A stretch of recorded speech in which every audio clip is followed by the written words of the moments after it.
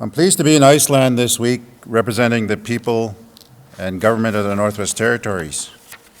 The Northwest Territories, along with Nunavut, is one of two Canadian jurisdictions where Indigenous people are in the majority. Our two jurisdictions are also the only two in Canada whose legislative assemblies typically have a majority of Indigenous representatives and whose premiers have historically also been Indigenous. I live in and represent a constituency in the territorial capital Yellowknife, but I was born and raised in Fort Providence, Northwest Territories. Fort Providence is a small community in the Detroit region with a population of around 900 people. Almost 90% of the people who live there are Indigenous, with 52% of them speaking an Aboriginal language as of 2014. There is a lot of talk in Canada about reconciliation with Indigenous people right now, about how Canada has to do better for Indigenous people. This is a good and honorable ideal, but I think it obscures the diversity of Indigenous experiences in Canada, including the progressive approach already practiced in our Northern Territories. The Northwest Territories has taken great strides towards political self-determination in the past 4 decades, with a number of land, resources, and self-government agreements having been settled and more in active negotiations. We have 11 official languages, and I can tell you right now that I can't speak 11 of them, but it also includes 9 Aboriginal languages enshrined in legislation. Our schools offer Aboriginal language teaching, and with Nunavut, we were the first jurisdictions in Canada to create a mandatory curriculum for high school students to learn the legacy and history of residential schools. I myself went through a residential school system in the Northwest Territories. Currently, the majority of the members of our Legislative Assembly, including 5 of 7 cabinet ministers, are Indigenous. There is more work to do, but I'm very proud to point to the Northwest Territories as an international example of how true reconciliation, particularly economic self-determination, can be achieved. As far back as 20 years ago, the Royal Commission on Aboriginal Peoples noted that the North is the part of Canada in which Aboriginal people have achieved the most in terms of political influence and institutions appropriate to their cultures and needs. At the same time, however, the Royal Commission noted that the North itself is a region with little influence over its own destiny. Most of the levers of political and economic power continue to be held outside the North, and in some cases outside Canada. Devolution of responsibility for lands and resources to the government of the Northwest Territories in 2014 theoretically put an end to the colonial practice of federal bureaucrats in Ottawa, 2,000 miles away, making the decisions that most affect the Northwest Territories and its people.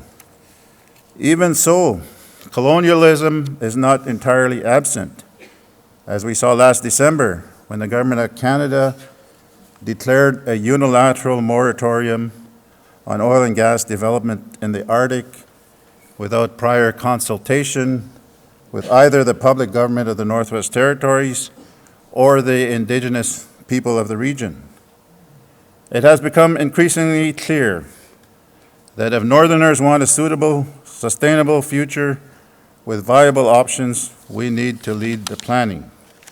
That's why I joined with the premiers of Nunavut and Yukon to issue our pan-territorial vision for sustainable development last month.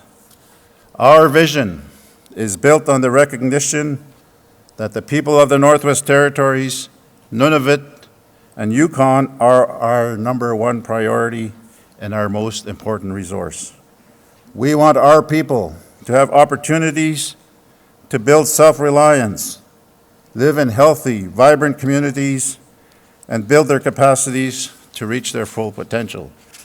We need a strong, sustainable economy to achieve that goal, built on the foundation of responsible resource development and job creation that is the cornerstone of the territorial economies. But we also recognize that a resource economy, while a significant source of wealth for our residents, cannot be our only focus.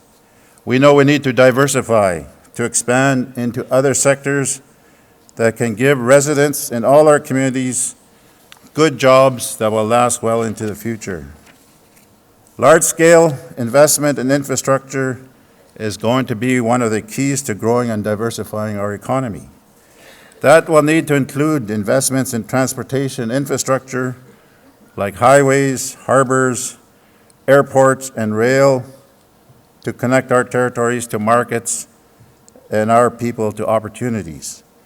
It will also need to include investments in clean, affordable energy alternatives and connections to hydroelectric grids that will reduce the cost of living and doing business in the North.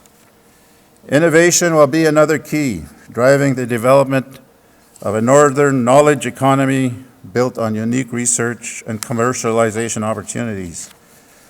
With decades of experience in safe and responsible resource development, we are already positioned to drive innovation in cold climate research extraction. As one of the regions of the world already feeling the effects of climate change, we already have significant experience in adaptation and mitigation. We are also now positioned to be a leader in high tech with the recent completion of the Mackenzie Valley fiber line, creating opportunities to expand the Inuvik Satellite Station facility, one of the best locations for communicating with polar orbiting satellites. Ladies and gentlemen, the people of the Arctic want what everybody else wants. They want good jobs and a good standard of living. They want to be healthy and educated, and most of all, they want a sustainable future for themselves and their families based on their own vision and priorities. The 3 Northern Territories have a vision for that future, and we are eager to join with you to create a sustainable Arctic that will continue to support our communities and our people and allow them to achieve their aspirations. Thank you very much.